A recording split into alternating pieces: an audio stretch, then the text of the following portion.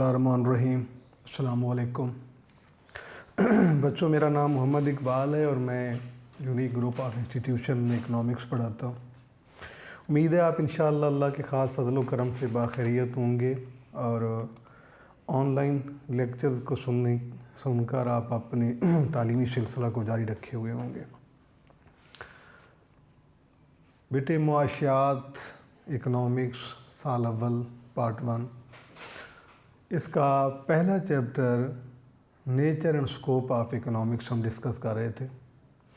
हमारा जो last lecture है उसमें हमने Adam Smith approach, Adam Smith की इकनॉमिक की डेफिनेशन को डिफ़ाइन किया, उसके एस्पेक्ट्स को डिफ़ाइन किया और उसमें जो भी ड्रॉबैक्स थे उसको फिर एडम स्मिथ ने कैसे जस्टिफाई किया, इसकी हमने बात की थी।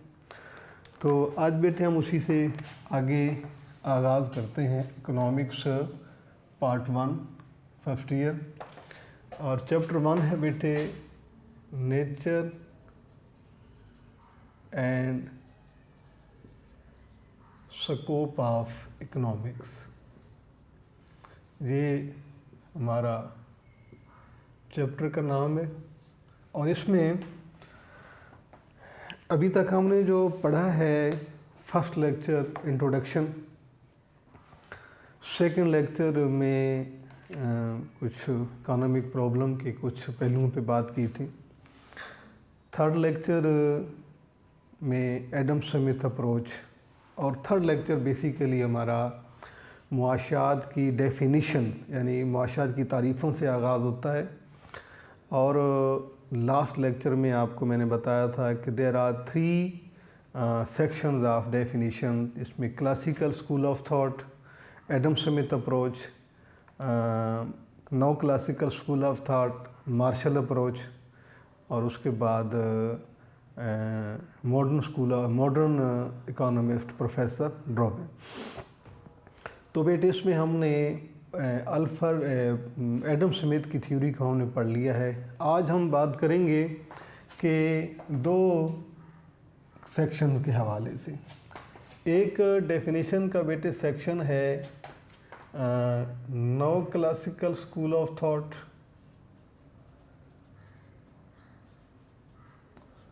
School of thoughts,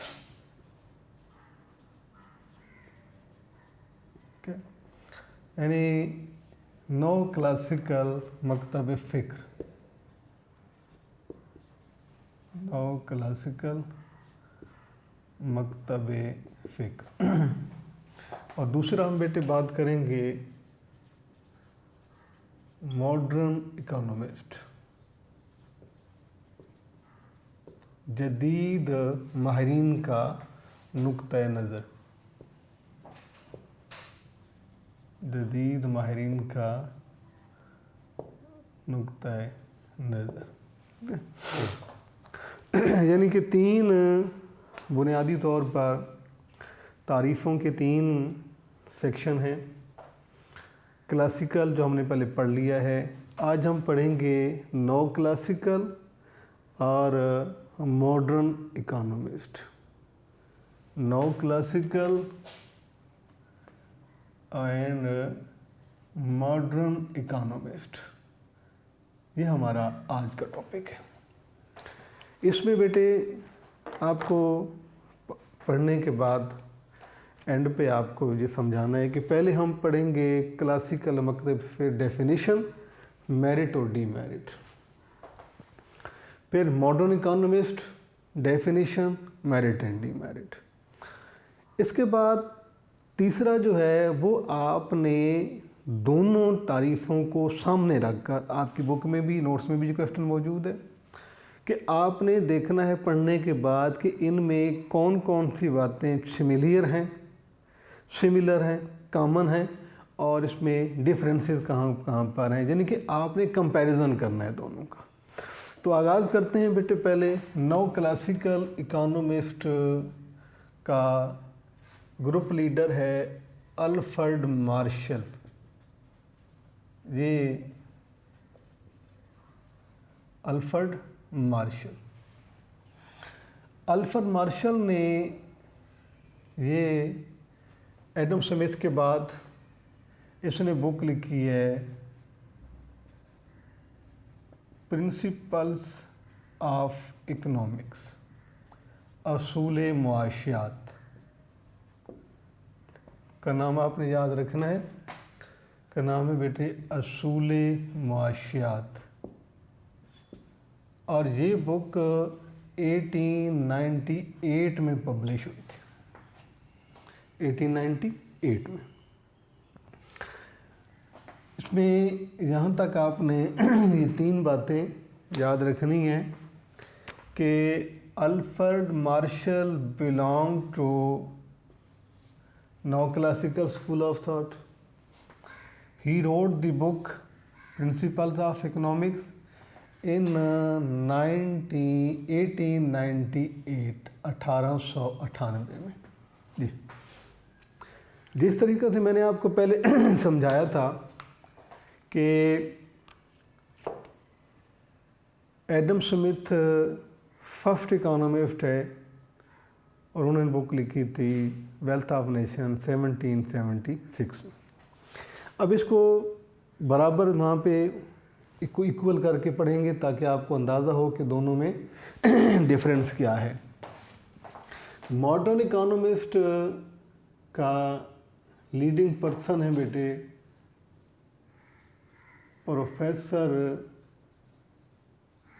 Robins, professor Robins.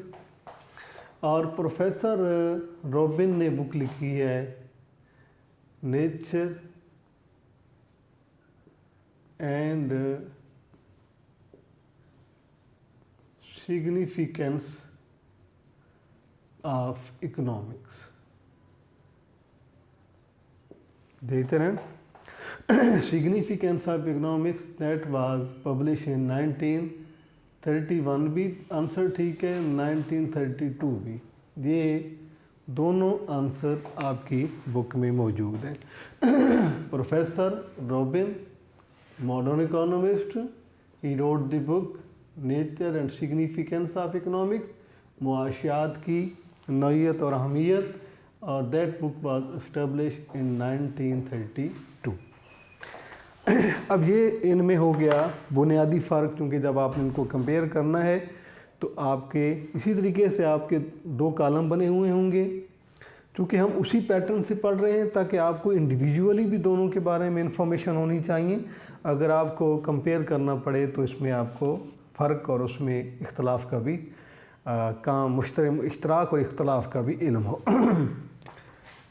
Principal of economics में एडम स्मिथ ने कहा जी इकोनॉमिक्स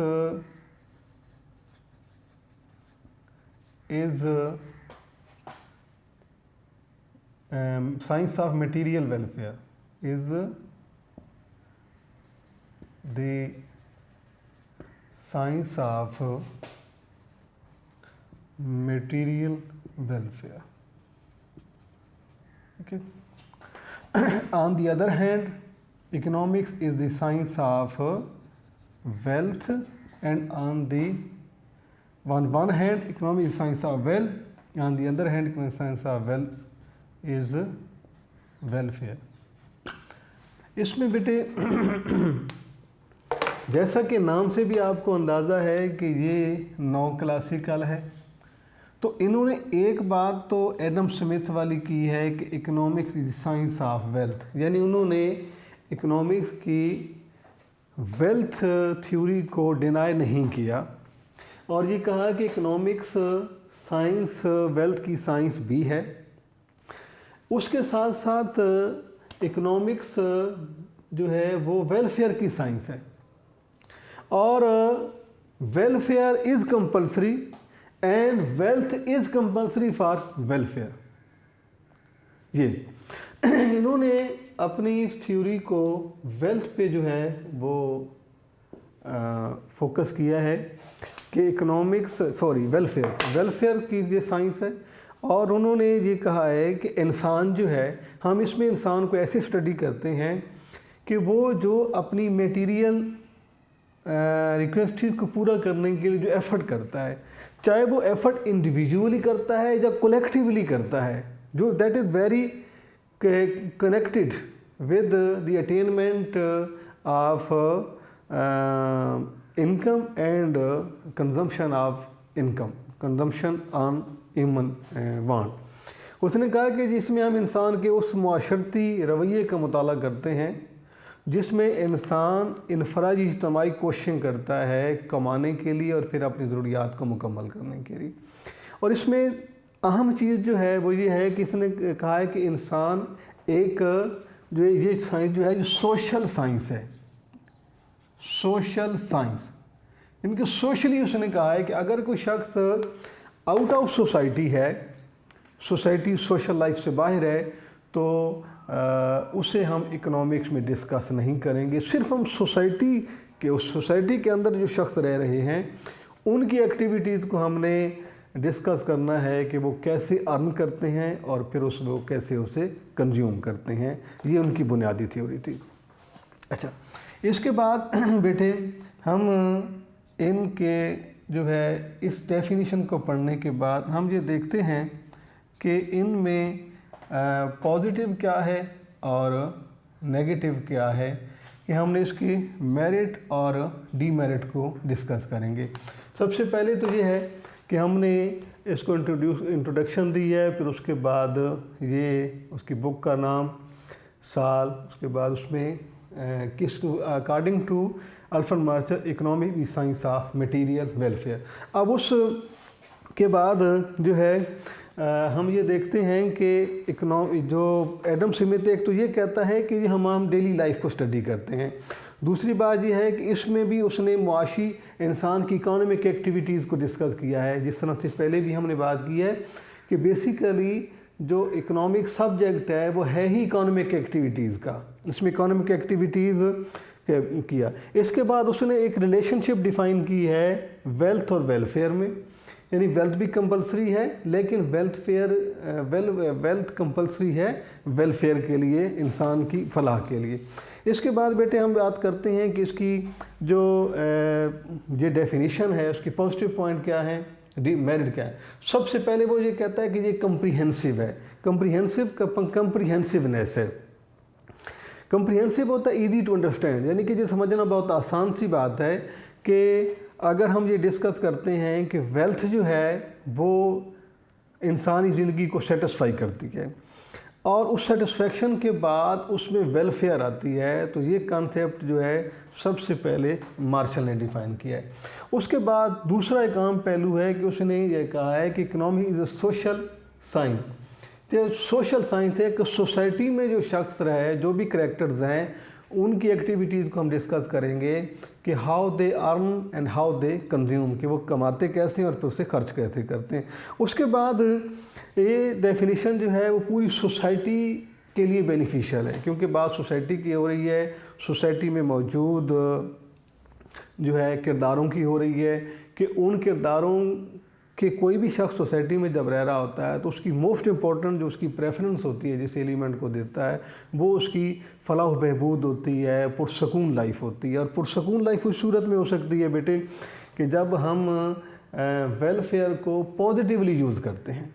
उसके बाद इसकी एक और जो है अपना मेरिट ये है बेटा कि इसमें इंडिविजुअली और कलेक्टिवली दोनों पहलुओं से डिस्कस किया जाता है कि एक शख्स अगर इंडिविजुअली अर्न करने की कोशिश करता है, जो उसकी एफर्ट करता है, वो भी इकोनॉमिक्स में डिस्कस होती हैं और कलेक्टिवली भी होती हैं।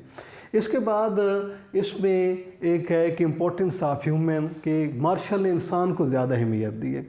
उसने कहा है कि ये जो वेलफेयर इसका तल्लुक इंसान की ज़ात से होता है। नो डाउट कि wealth is compulsory but most important that is welfare. ये बेटे इसकी डेफिनेशन की कुछ पॉजिटिव पॉइंट हैं।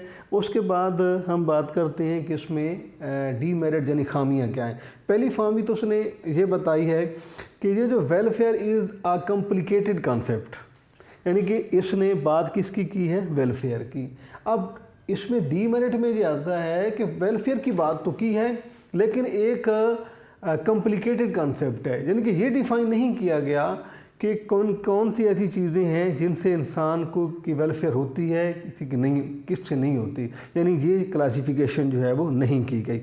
उसके अलावा दूसरा ये है कि वेलफेयर इज़ इमेजरेबल, कि हम उस फलाह को, मतलब it is very difficult to measure the welfare. यानी कि ये कहना तो ईजी है, कंप्रीहेंसिव है, क्लियर है that economics is science of material welfare. How it will be measured, कि इसको मेजर कैसे किया जाएगा, कैसे पता चलेगा कि उससे कितनी जो है वो फलाह हो रही है और कितनी नहीं हो रही। उसके अलावा बेटा इसमें सर्विसेज को इग्नोर कर दिया गया है कि इसमें टोटली तौर पर सिर्फ गुड्स की बात हुई है, कहीं पर भी सर्विसेज की बात नहीं हुई। जब आपने बेटा इसको लिखना है तो 5 पॉइंट आपने मेरिट के लिख देने हैं और 4 से 5 पॉइंट आपने डीमेरिट के लिख देने हैं। उसके बाद जो हम रॉबिन की बात करते हैं, रॉबिन ने बेटे बुनियादी तौर पर अपनी डेफिनेशन के अंदर जिस चीज़ को उन्होंने फोकस किया है वो है इकोनॉमिक प्रॉब्लम। ये डेफिनेशन हमें समझने में इसलिए भी बहुत आसान हो जाती है कि रॉबिन मॉडर्न इकोनॉमिस्ट है और इसने बुक लिखी है nature and significance of economics 1931, भी ठीक है, 32 दोनों आंसर ठीक है। इसमें जिस चीज़ को उसने फोकस किया है, जो उसने अपनी थ्योरी बनाई है, वो according to professor Robin, economics is discuss economic problem. अब इकोनॉमिक प्रॉब्लम में वही बात आ जाती है कि इकोनॉमिक प्रॉब्लम कैसी है कि हमने आगाज़ के चैप्टर में पढ़ा, लेक्चर में पढ़ा था, एक तरफ इंसान की वांट्स हैं और एक तरफ इंसान के हैं रिसोर्सेज। अब ये इन दोनों में चूँकि एक बहुत ज़्यादा फ़र्क पाया जाता है कि wants are greater than resources, यहाँ से हमारे इकोनॉमिक प्रॉब्लम क्रिएट होता है। और ये वाहिद इकोनॉमिस्ट है जिसने सबसे पहले इकोनॉमिक प्रॉब्लम को डिफ़ाइन किया है। मार्शल ने, एडम स्मिथ ने बात की है वेल्थ के हवाले से, मार्शल ने बात की है वेलफेयर के हवाले से। मोस्ट इम्पॉर्टेंट डेफिनेशन जो है वो प्रोफेसर रॉबिन की है क्योंकि प्रोफेसर रॉबिन ने जिस चीज़ को डायग्नोज किया है, ब्रीफ किया है, that is particular subject matter of economics, और वो है इकोनॉमिक प्रॉब्लम। इकोनॉमिक प्रॉब्लम हम इससे पहले फर्स्ट लेक्चर में डिस्कस कर चुके हैं कि ये क्या है।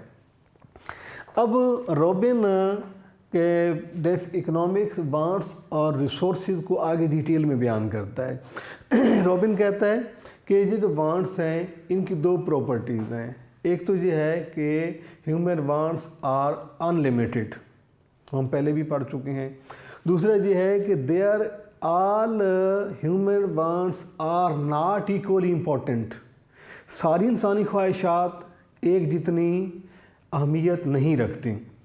Resources are limited and use of resources can be alternative.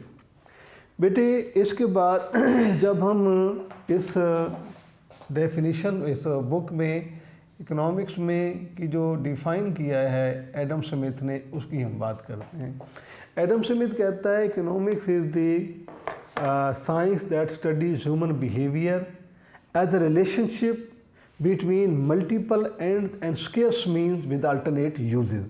कि ये इसमें हम इंसान के उस रवैये का मुताला करते हैं जो इनकम के कम होने, आमदनी के कम होने पर और ख्वाहिशात के ज़्यादा होने पर अपनाया जाता है, और वसाइल का मुतबादिल इस्तेमाल भी हो सकता है।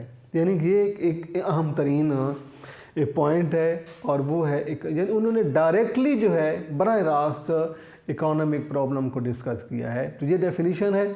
इसके बाद हम रॉबिन की डेफिनेशन को क्यों इतना इम्पोर्टेंट समझते हैं, क्योंकि बेसिक जो रॉबिन की डेफिनेशन है वो इस इकोनॉमिक प्रॉब्लम पे डिपेंड जो है वो बेस करती है, और इकोनॉमिक प्रॉब्लम ही जो है वो इकोनॉमिक का सब्जेक्ट मैटर है।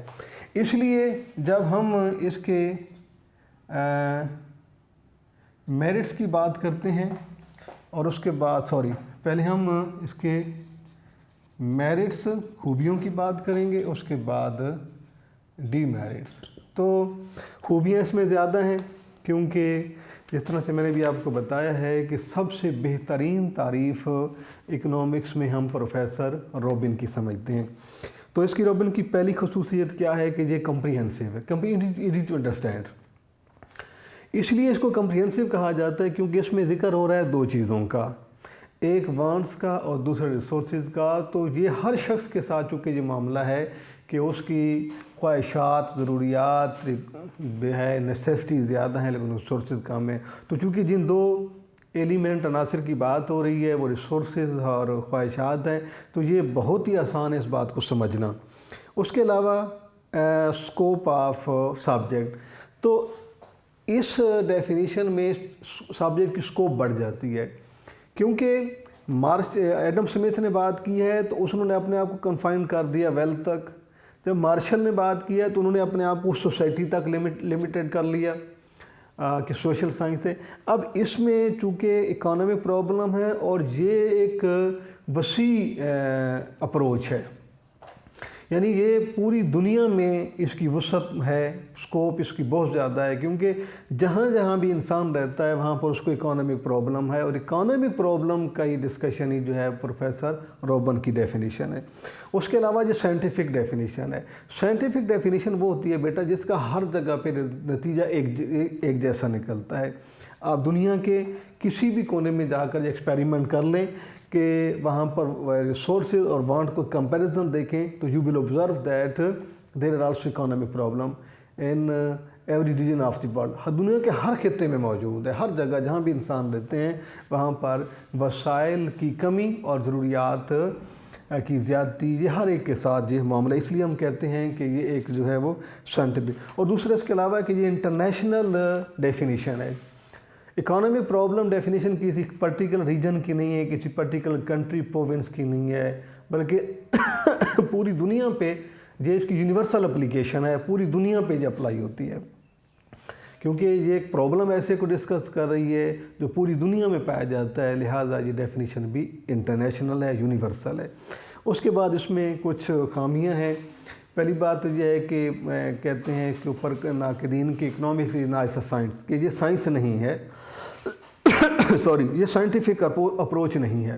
दूसरी बात कि जो है इसमें जो है कुछ ऐसे भी नेचुरल किस्म के या फिज़िकल किस्म के जो सब्जेक्ट दिए गए हैं उनमें भी इस तरह की प्रॉपर्टीज पाई जाती हैं, लेकिन इनके खालिसन इनको साइंटिफिक कह देना ये जो है नाइंसाफ़ी है। उसके अलावा जो है इसमें तमाम बातें की हैं रॉबिन ने, बहुत कम्प्रीहेंसिव डेफिनेशन है, साइंटिफिक है, क्लियर है, लेकिन इसमें जो सबसे अहम चीज़ है जो कि हमारी इकोनॉमिक्स को और हमारी इकोनॉमिक पॉलिसीज़ के लिए ज़रूरी होती है वो है इकोनॉमिक प्लानिंग। और इसलिए टोटली जो है इसमें इकोनॉमिक प्लानिंग को नेगलेक्ट कर दिया गया है। और इसके अलावा हम मैक्रो इकोनॉमिक्स का जो हमारा एक एस्पेक्ट है वो भी रॉबिन ने इग्नोर कर दिया है। हालांकि तमाम खसूसियात, तमाम अच्छाइयाँ और ख़ूबियाँ होने के बावजूद भी इसमें मैक्रो इकोनॉमिक्स का कंसेप्ट जो है वो इसमें शामिल नहीं किया गया। इसके बाद बेटे आपने सवाल आपसे ये रह जाता है कि आपने प्रोफेसर अल्फ्रेड मार्शल की डेफिनेशन की खूबियाँ खामियाँ पढ़ी हैं, उसके बाद प्रोफेसर रॉबिन की डेफिनेशन की मेरिट डीमेरिट पढ़े हैं। अब आपने दो कॉलम में देखना है कि आपकी ये बुक में भी नोट्स में भी सवाल है और इसको फिर डिस्कस भी किया जाएगा। एक कॉलम में आपने अल्फ्रेड मार्शल, दूसरे में रॉबिन। अब ये देखना है कि दोनों में जो है वो कहाँ कहाँ पर कॉमन है, क्योंकि डेफिनेशन आपके सामने है। ये सोशल साइंस है, वो इम्पार्शियल साइंस है, ठीक है। ये लिमिटेड स्कोप की है, उसकी लिमिटेड जो है वो उसकी ये सोशल डेफिनेशन है, वो इंटरनेशनल डेफिनेशन है। तो इसमें जो है थोड़ा सा आपने इसको कंपेयर करना है। इंशाअल्लाह हम इस चैप्टर में हमारे जो बाकी पेंडिंग टॉपिक मौजूद हैं अगले लेक्चर में हम वो डिस्कस करेंगे। अल्लाह हाफ़िज़।